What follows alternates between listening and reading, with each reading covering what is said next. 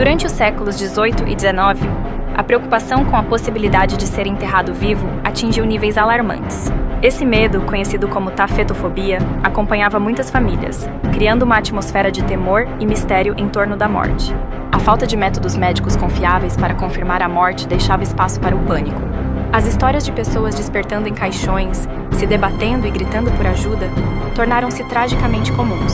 Para combater essa aflição, surgiram as inusitadas invenções conhecidas como caixões de segurança.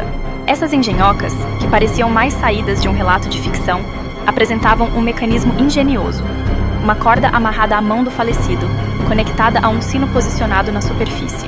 A ideia era simples e ao mesmo tempo perturbadora. Se a pessoa acordasse e fizesse movimento, o sino soaria, fazendo com que aqueles que passassem por perto pudessem ouvir aquele toque macabro.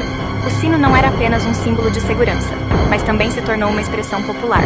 A frase "salvo pelo sino" passou a ser usada, muitas vezes de maneira irônica, para descrever situações em que alguém escapou de um destino trágico de forma inesperada. É curioso imaginar que uma expressão tão comum em nosso vocabulário atual tem suas raízes em um medo primal e coletivo, onde a linha entre a vida e a morte era frequentemente inexata. A assombração de um sino ecoando à noite em um cemitério, imaginada por muitos, provoca um arrepio. Toda história de terror tem seu valor, e o som metálico do sino pode despertar a imaginação. O cemitério, normalmente visto como um lugar de paz, transforma-se em um cenário de inquietação, onde a ideia de um espírito retornando à vida se torna uma possibilidade perturbadora.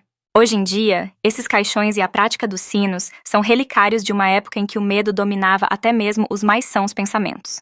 Embora a medicina tenha evoluído e hoje existam formas confiáveis de definir a morte, é interessante refletir sobre como a história e a cultura moldaram nossa compreensão da vida e da morte.